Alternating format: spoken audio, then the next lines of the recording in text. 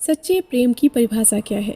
ये प्रश्न इतना जटिल है कि इसे केवल शब्दों के द्वारा परिभाषित करना लगभग असंभव है, क्योंकि प्रेम कोई वैज्ञानिक सिद्धांत नहीं है जिसकी सटीक परिभाषा दी जा सके।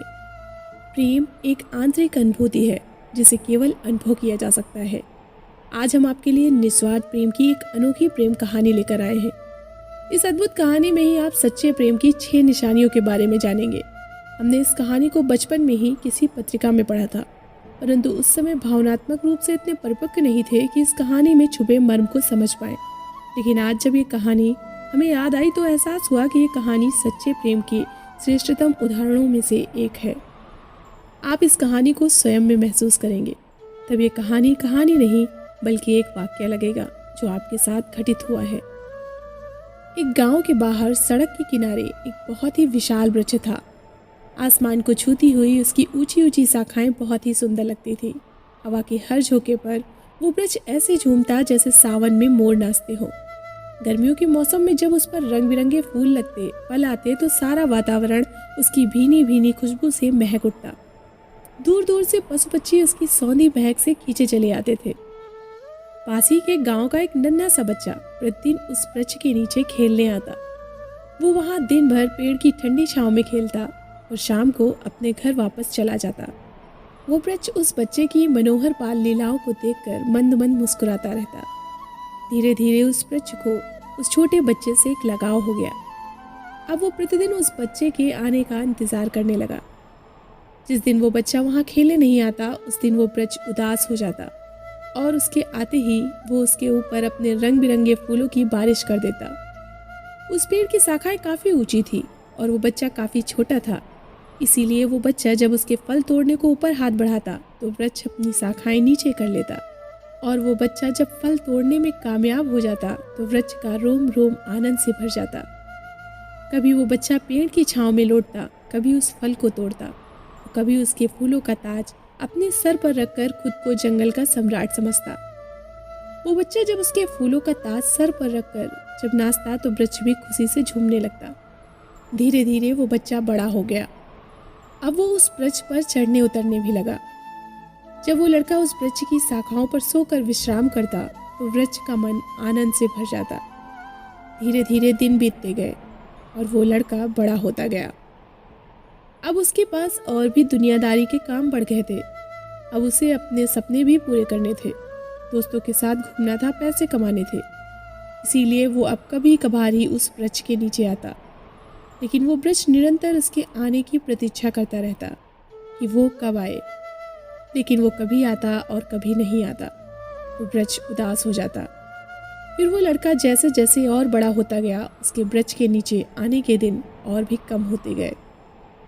काफी दिनों बाद जब एक दिन वो लड़का उस वृक्ष के पास निकल रहा था, तभी वृक्ष ने उसे पुकारा, सुनो, आजकल तुम आते नहीं, मैं कितनी बेसब्री से तुम्हारी प्रतीक्षा करता रहता हूँ। उस लड़के ने तुनक कर कहा, तुम्हारे पास क्या है कि मैं आऊँ? मुझे धन चाहिए, मुझे पैसे चाहिए, क्या तुम मुझे दे सकते हो? वृक्ष तो उसकी बात सुनकर बिल्कुल हैरान रह गया। वृक्ष बोला, तो क्या अब तुम तभी आओगे जब मैं तुम्हें कुछ दूंगा? ठीक है, मैं तुम्हें अपना सब कुछ दे सकता हूँ, लेकिन रुपए मेरे पास नहीं है। तो फिर मैं क्यों आऊँ तुम्हारे पास? मुझे तो जहाँ रुपया है वहाँ जाना पड़ेगा, मुझे रुपयों की ज़रूरत है, उस लड़के ने कहा। वृक्ष ने थोड़ी देर सोचा और कहा कि तुम एक काम करो, मेरे ऊपर जितने भी फल लगे हैं उसे तोड़ लो और ले जाकर बाजार में बेच दो, शायद तुम्हें रुपए मिल जाए। लड़के को उसकी बात जची और वो फटाफट पेड़ पर चढ़ा। उसने सारे फल तोड़ लिए। उसकी जल्दबाजी की वजह से कुछ कच्चे फल भी टूटे, कुछ शाखाएं भी टूटी, कुछ पत्ते भी टूटे। फिर भी वो वृक्ष बहुत खुश हुआ, बहुत आनंदित हुआ।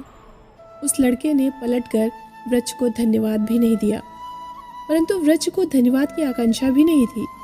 वो तो इस बात को लेकर खुश था कि वो उसे कुछ दे पाया। वो खुश था कि वो अपने प्रेमी के कुछ काम आ सका। वो लड़का उन फलों को बाजार में ले गया और बेच आया। फिर काफ़ी दिनों तक वो उस पेड़ के पास नहीं आया।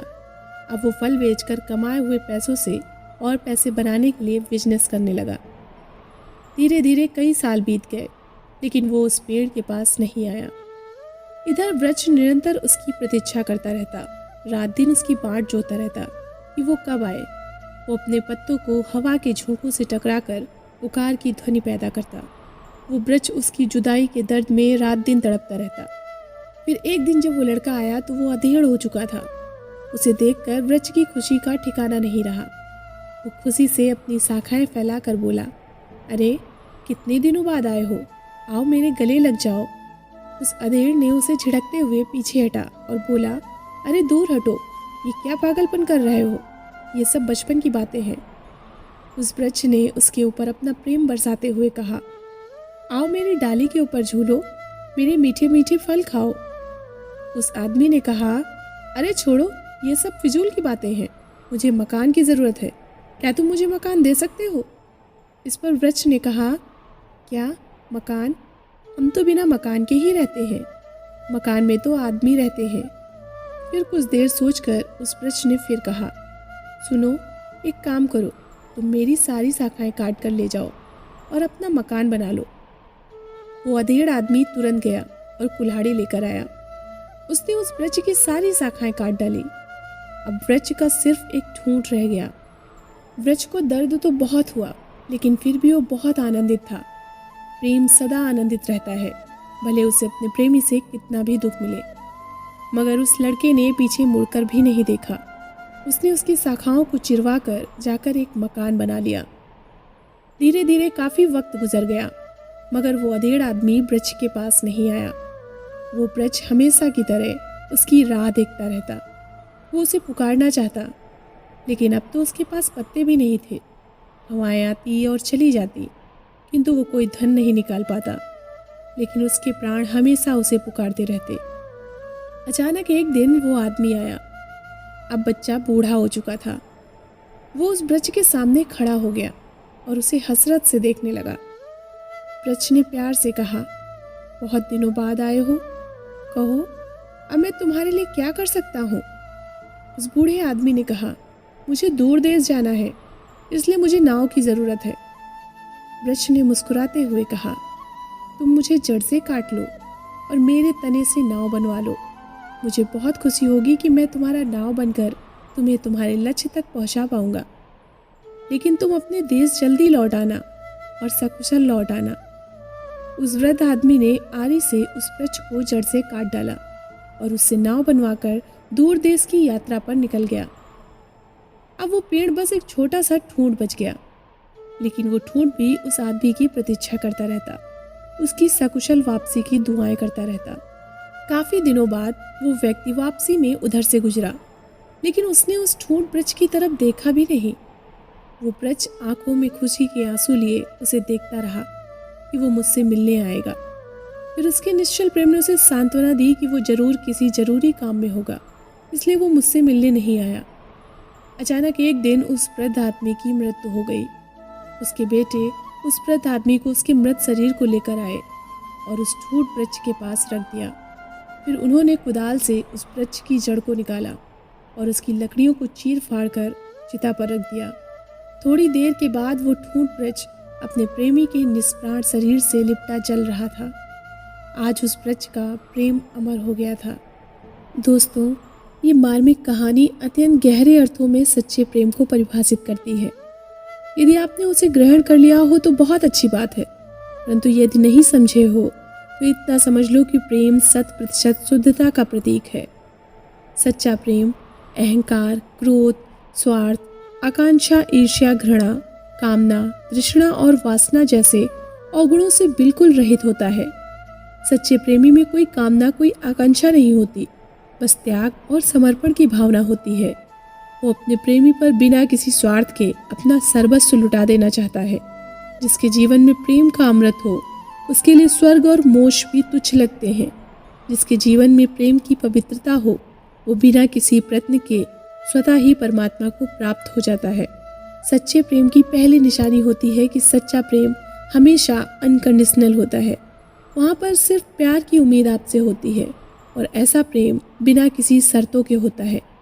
कई रिश्तों की शुरुआत तो शर्तों से होती है कि मैं आपके लिए ये नहीं कर पाऊंगा, और जहाँ रिश्ते शर्त से होते हैं वो ज़्यादा समय तक नहीं टिक पाते हैं। और सच्चे प्रेम की दूसरी निशानी कि वो कभी आपको बांधता नहीं है। किसी भी चीज़ के लिए आपको वादा नहीं करता, आपकी खुशी में ही अपनी खुशी को मानता है। सच्चे प्रेम की तीसरी निशानी कि सच्चा प्रेमी कभी भी अपनी बातों को अपने मन में दबाकर नहीं रखते। वो हमेशा अपनी बातों को जाहिर करते हैं और जो भी बातें शेयर करने लायक होती हैं उन्हें अपने प्रेमी से ज़रूर शेयर करते हैं। सच्चे प्रेम की चौथी निशानी कि सच्चे प्रेम करने वाले हमेशा खुद से ज़्यादा सामने वाले की परवाह करते हैं। जब भी सामने वाले को छोटी सी भी कोई दिक्कत होती है, उनसे ज़्यादा सच्चे प्रेम करने वाले को दुख होता है। तो हर छोटी से छोटी चीज़ में भी आपका ख्याल रखेंगे, आपका बहुत सम्मान करेंगे और आपको कभी भी नीचा नहीं दिखने देंगे। जीवन में चाहे कोई छोटा फैसला लेना हो या फिर बड़े फैसले, सच्चे प्रेमी हमेशा एक दूसरे की सलाह लेते हैं और एक दूसरे का साथ निभाते हैं। सच्चे प्रेम की पांचवी निशानी कि सच्चे प्रेमी हमेशा लॉयल होते हैं और वो आपको किसी भी कंडीशन में धोखा नहीं देते। सच्चे प्रेम की छठी और आखिरी निशानी कि सच्चे प्रेमी कभी भी आपको उन चीज़ों को करने के लिए, उन कामों को करने के लिए मजबूर नहीं करते जिन्हें करने की आपकी इच्छा नहीं है। वो आपकी इच्छा से खुश होते हैं और आपकी बातों को, आपकी फीलिंग को समझते हैं। सच्चा प्रेमी जितना साथ आपके सुख के समय में होता है, उससे कहीं गुना ज़्यादा आपके दुख के समय में वो हमेशा आपके साथ खड़ा रहेगा। चाहे वो आपका दुख हो या आपके परिवार का दुख हो, वो हमेशा आपके साथ रहेगा और सभी को साथ में लेकर चलने की बात कहेगा। दोस्तों, प्रेम की परिभाषा यदि हम लाखों शब्दों में भी लिख दें तो भी कम ही मालूम होगी। इसलिए अभी इतना समझ लें कि यदि कोई हमसे पूछे कि एक शब्द में प्रेम क्या है, तो हमारा उत्तर होगा परमात्मा।